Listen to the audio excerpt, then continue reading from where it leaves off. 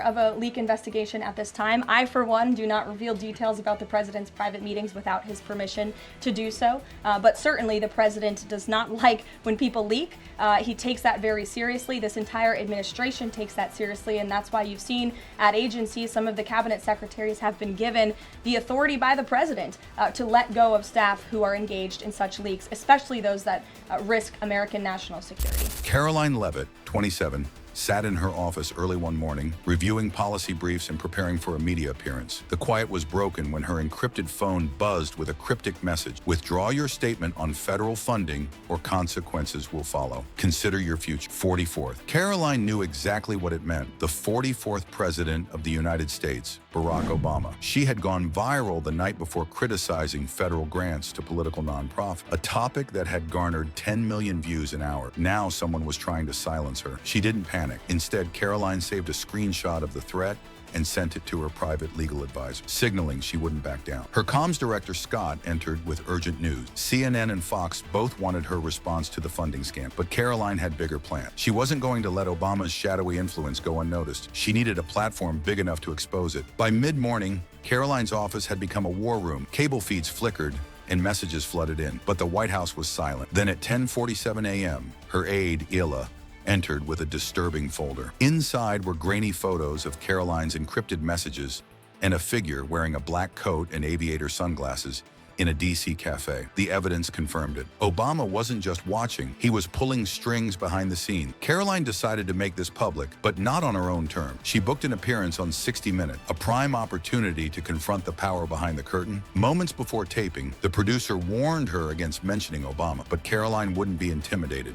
She was about to speak truth to power. On air, when the host asked about the leaked funding scandal, Karoline revealed the message she had received. It came from a man who has used power to shape outcomes behind the scenes. His name is Barack Obama. The room fell silent. The world had just heard what no one dared say. The moment Karoline stepped off the 60 Minutes stage, her phone exploded with calls. Her chief of staff warned her that the White House had released a statement calling her remarks reckless. But Karoline had the receipts. At home, she spread out screenshots, call logs, and DMS confirming Obama's influence. She was ready to expose everything. Later that evening, Karoline posted an image of a redacted memo. It was a direct hit to Obama's legacy, and the world was watching. The hashtag #Obama memo trended, and the media couldn't ignore it. Karoline wasn't just a press secretary anymore. She was a force. Politico, Fox, and CNN all scrambled to cover the leak as her call for transparency gained traction. Karoline's next move was bold. She walked into the U.S. Capitol alone, holding the second memo with names unredacted,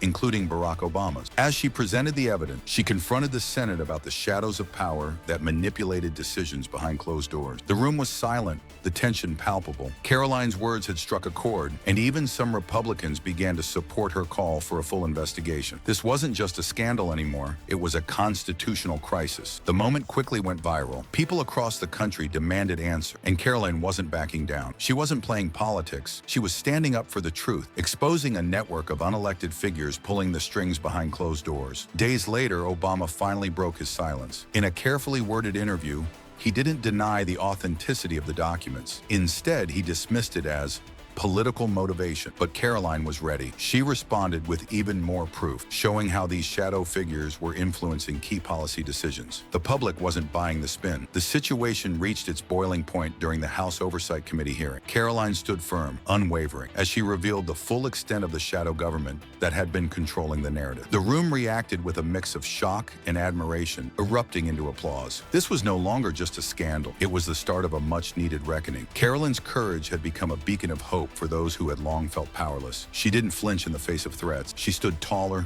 shining a light on the darkness. By doing so, she reminded America that real change comes from standing up when the stakes are highest. She became a symbol of generational defiance, proving that courage isn't inherited, it's chosen. And as long as she fought for the truth, she would never back down.